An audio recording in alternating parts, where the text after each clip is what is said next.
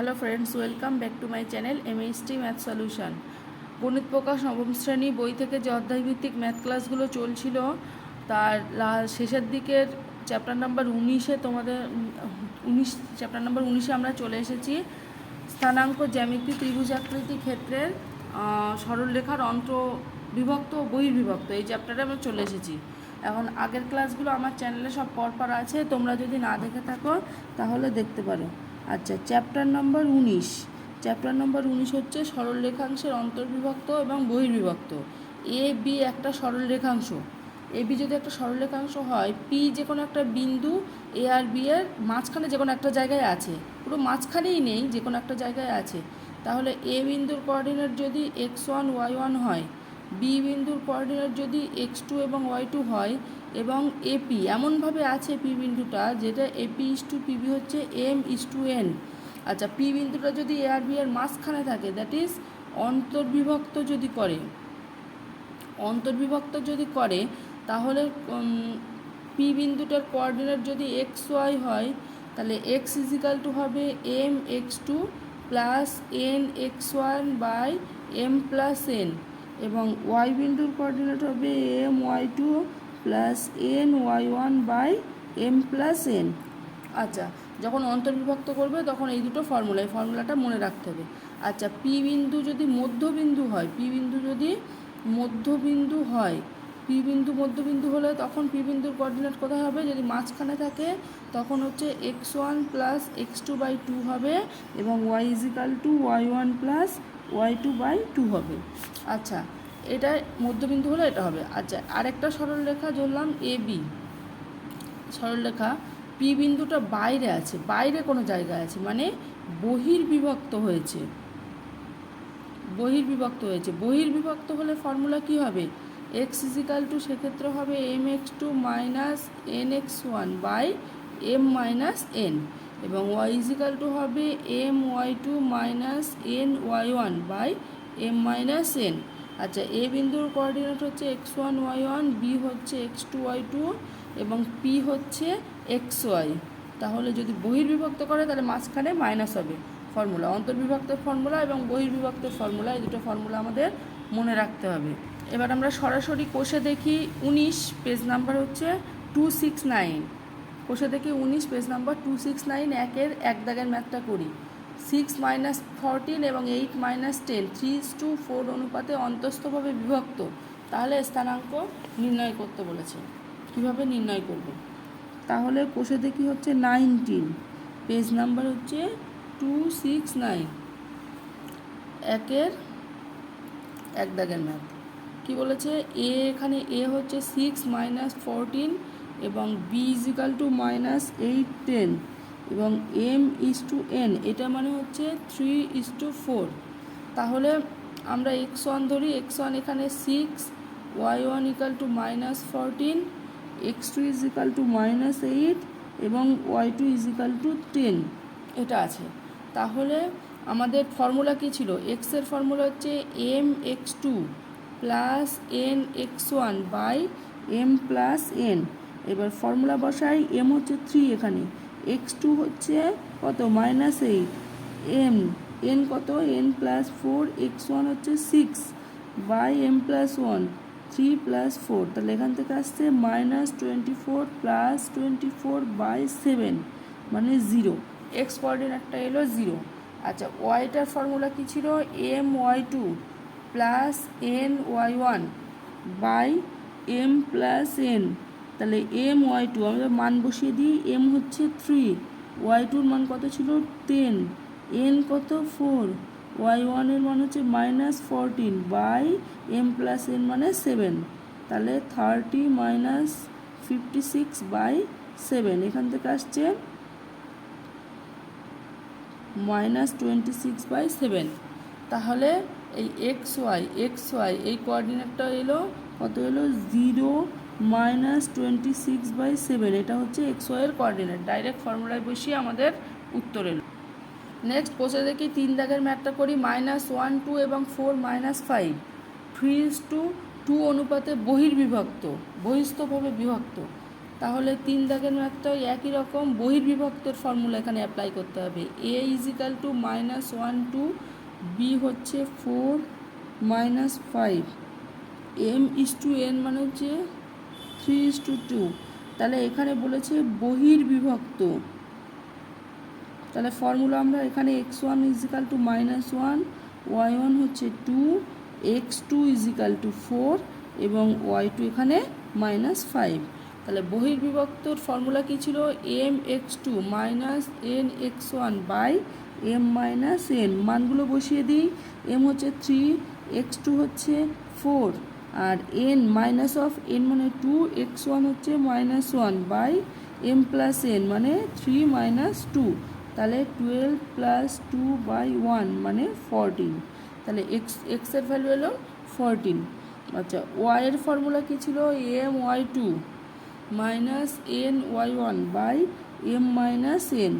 আচ্ছা, m হচ্ছে এখানে 3, y2 হচ্ছে -5, n মানে হচ্ছে 2, y1 এর ভ্যালু জাস্ট মানগুলো পুট করতে হবে। -15 - 4/1 -19। তাহলে এখানে xy কোঅর্ডিনেট কত এলো? xy কোঅর্ডিনেট হচ্ছে 14 আর -19, তাহলে এটা এলো। নেক্সট 3 দাগটা দেখি।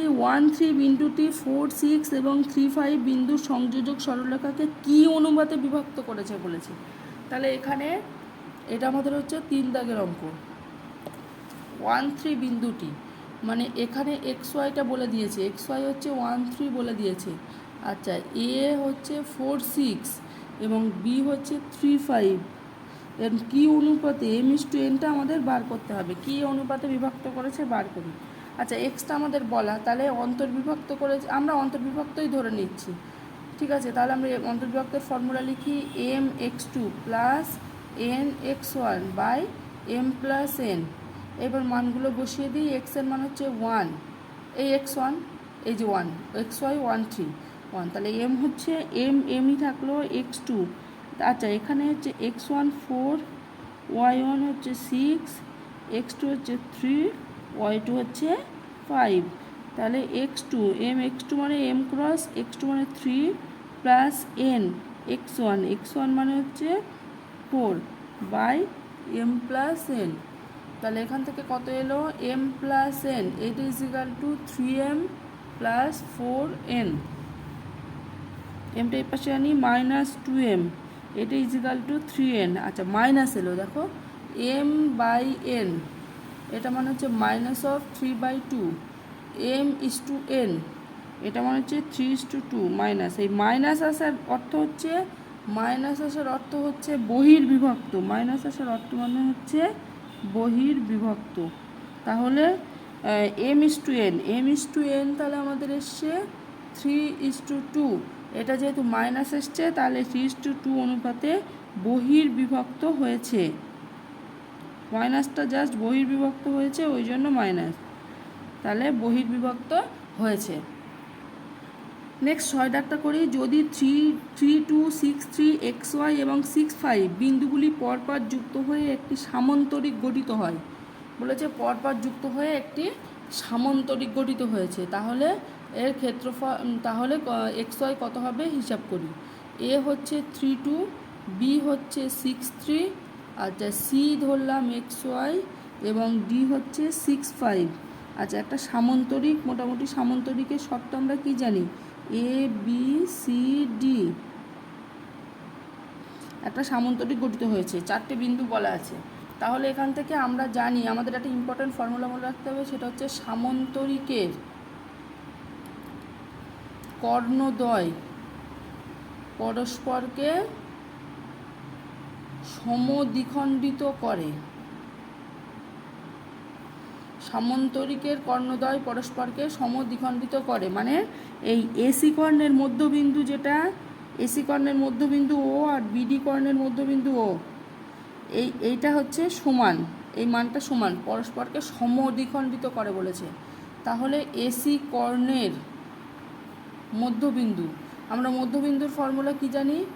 এসি কর্ণের মধ্যবিন্দু মানে x1 প্লাস x2/2, এটা হচ্ছে x, আর y কি হবে?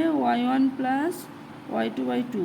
আচ্ছা এসি বলেছে, এ হচ্ছে 3 2 এবং সি হচ্ছে xy। তাহলে এখান থেকে স্থানাঙ্ক কত আসছে, x=3 + x/2 এবং y=y1 + y2 2 + y/2 এসি কর্ণের মধ্যবিন্দু। আচ্ছা বিডি কর্ণের মধ্যবিন্দু, বিডি কর্ণের মধ্যবিন্দু কোনটা, বি মানে হচ্ছে 6 3 এবং ডি মানে হচ্ছে 6 5। আচ্ছা বিডি কর্ণের মধ্যবিন্দু x=6 + 6/2 মানে 12/2 মানে 6। আচ্ছা ওয়াই কোঅর্ডিনেট হচ্ছে 3 + 5/2 8/2 মানে 4। তাহলে এই এক্সি কর্ণের মধ্যবিন্দু আর বিডি কর্ণের মধ্যবিন্দু এই কোঅর্ডিনেটটা এর সঙ্গে সমান হবে, তাহলে 3 + x/2 এটা = 6 হবে। তাহলে x=12 - 3 মানে 9। আর এখান থেকে ওয়াই কোঅর্ডিনেটটা ইকুয়াল হয়ে যাবে ওয়াই একই কোঅর্ডিনেট 2/2 এটা = 4। তাহলে y=8 - 2 মানে হচ্ছে 6। তাহলে xy কোঅর্ডিনেট কত এলো, সেটা হচ্ছে 9 এবং 6। শুধু একটাই ইম্পর্টেন্ট মনে রাখতে হবে, সামান্তরিকের কর্ণদ্বয় পরস্পরকে সমদ্বিখণ্ডিত করে, তাহলে এসি কর্ণের যে মধ্যবিন্দু আসবে আর বিডি কর্ণের মধ্যবিন্দু এই দুটো সমান হবে, একই বিন্দু হবে। নেক্সট 8 দাগটা করি, বলছে এবিসি ত্রিভুজের এ বি সি শীর্ষবিন্দু তিনটির স্থানাঙ্ক যথাক্রমে দিস এডি মধ্যমার দৈর্ঘ্য নির্ণয় করো। আচ্ছা 8 দাগটা তাহলে বলেছে এ হচ্ছে কত, -1 3, বি হচ্ছে 1 -1, সি হচ্ছে 5 1। এডি মধ্যমার দৈর্ঘ্য নির্ণয় করতে বলেছে এ বি সি। আচ্ছা এটা হচ্ছে ডি, তাহলে ডি বিন্দুটা কী হবে, ডি বিন্দুটা এডি মধ্যমা তো, বিসির মধ্যবিন্দু হচ্ছে ডি, তাহলে ডি হলো বিসি এর মধ্যবিন্দু। তাহলে বিসি এর মধ্যবিন্দু মানে ডি বিন্দুটা কত হবে, বিসি এর মধ্যবিন্দু মানে 5 + 1/2 1 - 1/2। ডি বিন্দুটা তাহলে এলো, ডি বিন্দুটা এলো 6/2 মানে 30। বিসি এর মধ্যবিন্দু হচ্ছে ডি, তাহলে এ বিন্দুটা বলা ছিল -1 3, ডি বিন্দুটা এলো 30। এডির দৈর্ঘ্যের ফর্মুলা কি, x1 - x2 তার হোল স্কোয়ার প্লাস আগেই আমরা করেছি y2 তার হোল স্কোয়ার। এখান থেকে এলো √x1 মানে -1 - 3 তার হোল স্কোয়ার প্লাস 3 - 0 তার হোল স্কোয়ার। এবার এখান থেকে আমরা বার করব, বসিয়ে দিই এডি = 1 + 3 মানে 4² প্লাস 3² মানে 16 + 9 মানে √25 মানে 5। তাহলে এডি কর্ণের বিডি কর্ণের এডি এর মধ্যমার দৈর্ঘ্য হচ্ছে 60 এলো 5, এটি মধ্যমার দৈর্ঘ্য। লাস্ট অঙ্ক করি আমরা 11 3 দাগের ম্যাথটা। বলছে একটি বৃত্তের ব্যাসের প্রান্তবিন্দুর স্থানাঙ্ক -1 - 3। একটি বৃত্তের ব্যাসের প্রান্তবিন্দুর স্থানাঙ্ক 7 9 আর -1 - 3, কেন্দ্রের স্থানাঙ্ক কত। আচ্ছা প্রান্তবিন্দু, একটা বৃত্তের প্রান্তবিন্দু, ব্যাসের প্রান্তবিন্দু এ বি ধরলাম প্রান্তবিন্দু, তাহলে কেন্দ্র যদি সি হয় তাহলে সি হলো এ ও বি এর কি, এ ও বি এর হচ্ছে মধ্যবিন্দু সি। তাহলে সি বিন্দুর স্থানাঙ্ক বলেছে, কেন্দ্রের স্থানাঙ্ক মানে সি বিন্দুর স্থানাঙ্ক মানে x1 + x2/2 আর y1 + y2/2। মানে এখান থেকে x1 হচ্ছে 7, y1 = 9, x2 = -1, y2 = -3। এটা জাস্ট এই ফর্মুলায় বসিয়ে দেবে। তাহলে এখান থেকে সি বিন্দুটা এলো 7 - 1/2, 7 মানে 6/2 মানে 3, 9 - 3 6/2 মানে 3। তাহলে কেন্দ্রের স্থানাঙ্ক হলো 3 3। সব একই রকম অঙ্ক এইভাবেই করতে হবে। আমি এখানেই ক্লাস শেষ করছি। Thank you very much.